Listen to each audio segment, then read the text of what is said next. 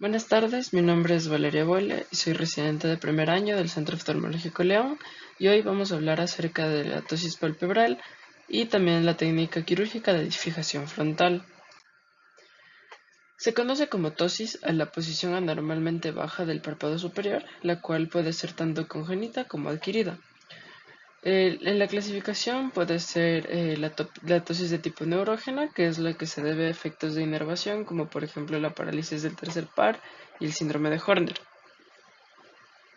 La ptosis miógena se debe a la miopatía del propio músculo elevador del párpado o a un problema de transmisión de los impulsos nerviosos en la unión neuromuscular y también es llamada ptosis neuromiopática. La ptosis miógena adquirida se produce en casos como por ejemplo en la miastenia gravis, en la distrofia miotónica y en la oftalmoplegia externa progresiva. La ptosis aponeurótica involutiva es aquella que está causada por un defecto de la aponeurosis del músculo elevador del párpado. La ptosis mecánica se debe al efecto gravitacional de una masa o también a cicatrización. Existen casos donde pueden haber una falsa impresión de ptosis o pseudotosis y se puede dar por las siguientes causas. Por ejemplo, por la pérdida de soporte de los párpados por el globo ocular debido al déficit de volumen orbitario asociado a prótesis oculares, a microoftalmia, a tisis del ojo o a enoftalmos. La retracción palpebral contralateral que se detecta al comparar el nivel de los párpados superiores, recordando que el borde palpebral normalmente cubre 2 milímetros superiores de la córnea. La hipotropia ipsilateral causa pseudotosis ya que el párpado superior desciende con el globo ocular y esta desaparece si el ojo hipotrópico asume la fijación o el tapar el ojo normal. También la ptosis de la ceja, debido a la redundancia de piel sobre la ceja o parálisis facial, y también en casos de dermatocalasia, en la cual también la piel cuelga sobre los párpados superiores, y esta puede confundirse con una ptosis, aunque también puede ser una causa de una ptosis mecánica. En cuanto a las mediciones para el diagnóstico de una ptosis palpebral, tenemos diversas mediciones, como la distancia del borde reflejo. Esta abarca desde el borde del párpado superior hasta el reflejo corneal de una linterna sostenida por el examinador, en la que el paciente fija la mirada. Esta medida mide aproximadamente de 4 a 5 milímetros. También la medición de la altura de la hendidura palpebral. Esta es la distancia entre los bordes palpebrales tanto superior como inferior, medidos a nivel del plano pupilar. Esta medida es más corta en hombres, que tiene aproximadamente de 7 a 10 milímetros, y en mujeres es un poco más amplia, que mide de 8 a 12 milímetros.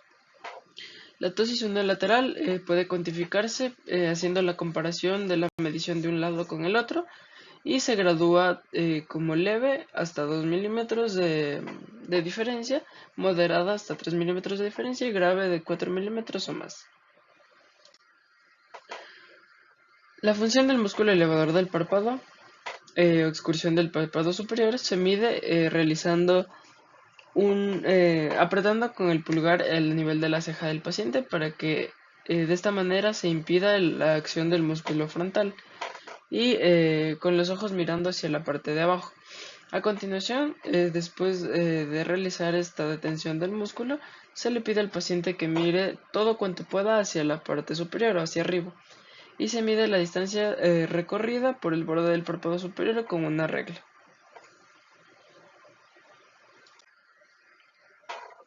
En cuanto a la ptosis congénita simple, esta probablemente deriva de un fallo de la migración o desarrollo neuronal con las secuelas musculares secundarias. Una minoría de estos pacientes suele tener antecedentes de tipo familiar. Dentro de los signos de la ptosis congénita simple tenemos ptosis unilateral o bilateral de gravedad variable, ausencia de pliegue palpebral superior o mala función del elevador. En la medular inferior del párpado tóxico que esté más elevado que el párpado normal debido a una relajación incompleta del músculo elevador. Esto diferencia, por ejemplo, de una ptosis adquirida, ya que el párpado afectado está a nivel o por debajo del párpado normal en la mirada inferior.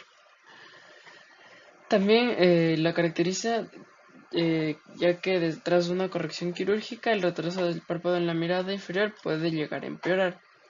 y el tratamiento en este caso de tosis congénita simple debe llevarse a cabo en una etapa preescolar de ser posible, una vez que puedan obtenerse mediciones precisas, aunque puede plantearse esta resolución más precozmente en casos graves para lograr prevenir ambliopía. También suele requerirse una resección del músculo elevador en casos. En cuanto al síndrome de Marcus-Gann o la sinestesia palpebromandibular de Marcus-Gann, alrededor del 5% de todos los casos de ptosis congénita están asociadas a este fenómeno de parpadeo mandibular de Marcus-Gann. La mayoría de los casos son unilaterales y aunque la etiología exacta es incierta, se ha postulado que es causada porque una rama de la división mandibular del quinto par craneal se desvía hacia el músculo elevador del párpado. Los signos que presenta este síndrome son la retracción del párpado tósico conjugada con la estimulación de los músculos pterigoides ipsilaterales al masticar, sorber o abrir la boca, o también al mover la mandíbula de un lado a otro. Los estímulos menos frecuentes para el movimiento palpebral serían también protrusión mandibular, sonrisa, deglución o también al apretar los dientes. Los síndromes de regeneración aberrante del tercer par. Estos síndromes de la regeneración aberrante del tercer par craneal pueden ser congénitos, aunque habitualmente suceden después de una parálisis adquirida de este nervio.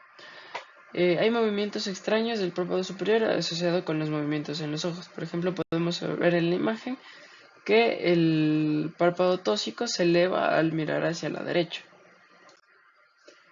En cuanto a la ptosis involutiva o aponeurótica, es una alteración asociada al envejecimiento causada por dehiscencia, desinserción o también distensión de la aponeurosis del elevador del párpado, que limita la transmisión de la fuerza del músculo elevador normal al párpado superior.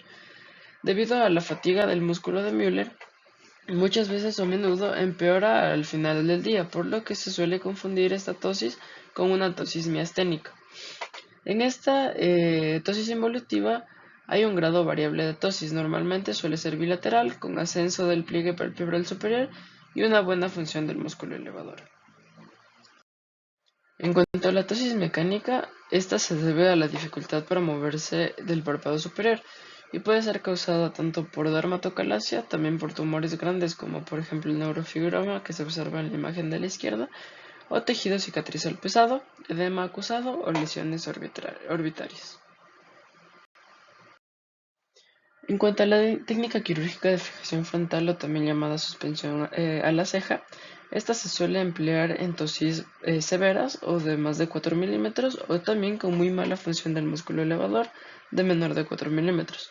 Esta se puede utilizar en diversas causas de ptosis, pero es típica su aplicación en ptosis asociada a la parálisis del tercer par, en el síndrome de blefarophimosis y tras un resultado insatisfactorio de una resección del elevador. En esta técnica lo que se realiza es que el tarso se suspende del músculo frontal mediante un cabestrillo de fascia lata autóloga o también mediante un material no absorbible como el polipropileno o la silicona.